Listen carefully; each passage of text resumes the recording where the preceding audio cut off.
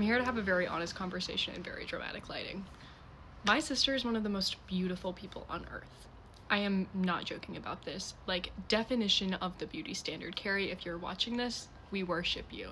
Blonde hair, beach Barbie, super fit, very strong, blue eyes, like perfect skin, Barbie. And we're 2 years apart, and we have another older sister who at that age was very similar. And growing up, she was a cheerleader and a dancer and all of the things that like Disney Channel teaches you to hate when you are like the youngest sibling. And I've always worshipped her. And it's honestly to the point that like all of my friends worship her too. It's like a joke whenever I wear one of her hand-me-downs that we call it a Carrie Duda original, because she's just so perfect that like wearing a piece of her feels special. And because of this, she's been our example for beauty for a very long time. We would kind of call people like a Carrie if they were so perfect. And this came to a head one day when I was talking to my friends about a weekend I'd spent with her where she'd come and stayed with the family for the first time in a very long time since going to college. And I'd had a moment to reflect on her life and her habits and on my own. Because what I realized in this weekend was she spent a lot of time on her hair, and she had a very specific skincare routine.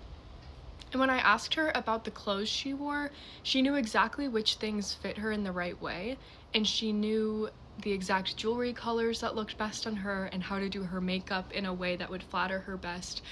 And I realized that finding out all of those things about myself would take a lot of time.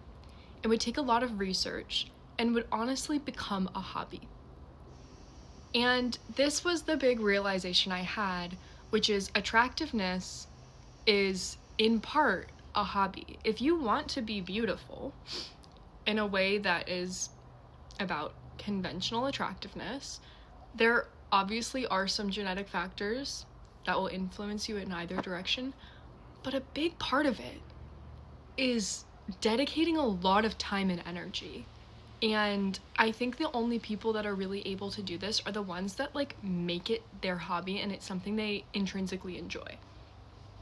And I spoke to my dad about this just this weekend, about how I realized that my sister, when she was in high school, was learning about skincare in the way I was reading fantasy books.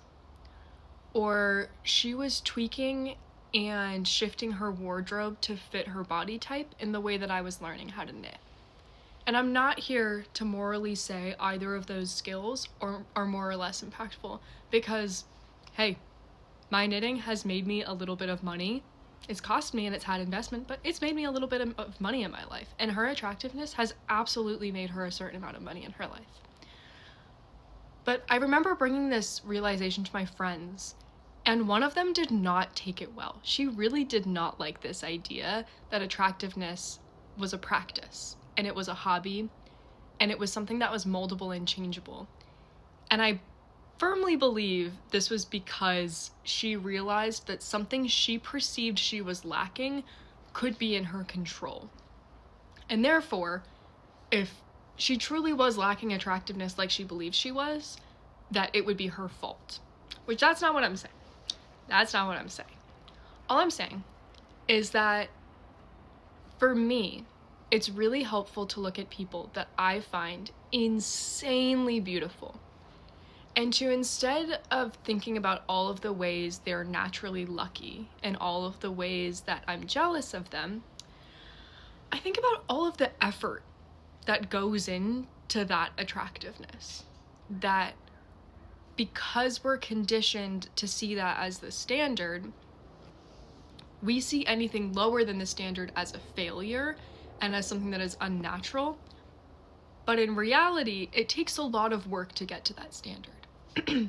And so I like to look and think, wow, they must have done a lot of work on their skincare routine, or gone on Accutane at some point, or cut out dairy, or changed their pillowcases, and that's something I don't care that much about, and I've been very lucky with my skin in the last couple of years, and like, shout out to them for doing that. Or when they like know exactly how to dress to their body type, I'm like, damn, I never figured that out for myself because I didn't want to have to do all the research. But like, good for them for like really figuring it out. Or like the hours that they spend in Pilates, I'm like, oh, look at those biceps and how good they look and their shape. And then I'm like, good for them for going to Pilates or hot yoga 4 days a week, you know? And all of this comes back to the fact that my sister is the most beautiful person on earth in the most conventional way. And I understand that I hold a level of attractiveness, but it will never be that same kind of attractiveness. And it will never be that like Disney Channel Mean Girls older sister that everyone is jealous of. And that's okay. And reframing beauty to be a practice and a habit and a hobby has made me feel less jealous towards people that hold that beauty and that practice that kind of beauty. And it has made me less resentful of people who hold that kind of beauty. Because I would like to be conventionally attractive, but unfortunately, like, there are other topics that interest me more. That's fine. And that is fine. And thank you for listening to me talk about beauty while being in the sunlight, because it made me feel very pretty. And I'm hoping that my sister didn't listen to all of this, but at least heard the intro and feels extra beautiful today.